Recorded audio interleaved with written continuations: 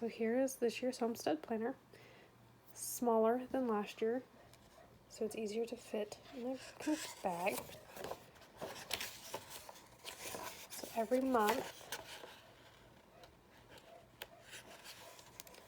you've got a budget sheet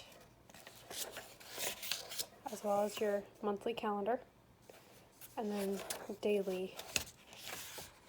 That's what the weekend looks like. That's what an actual weekday looks like. It's for every day of the week, for every day of the year.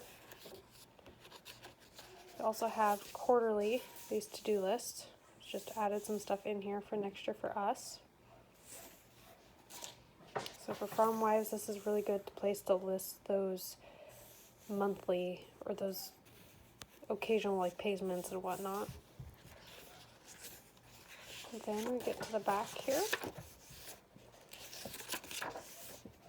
You get into our critter area. There's 5 sets of this, where you have critter expenses, their production records, and notes. This is new. This is 1 note for each month per critter. So that's times 5 in there. Then we get back into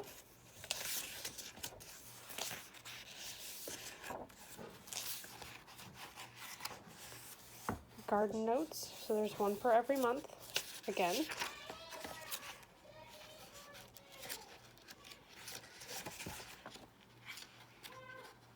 And here's where we start.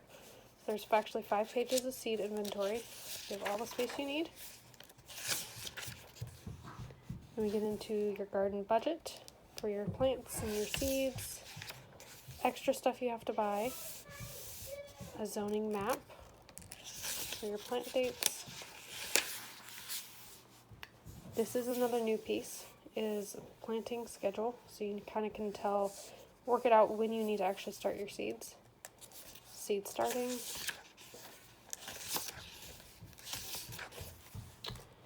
This is also new for those that are seeds that are direct sow. Companion planting guide for when you map out your garden. And there's 5 of those maps. You get into your harvest record pages.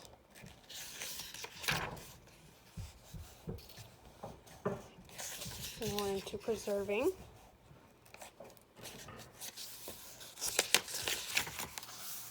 Foraging record for if you would go and like find berries or something, or mushrooms. That's another popular one.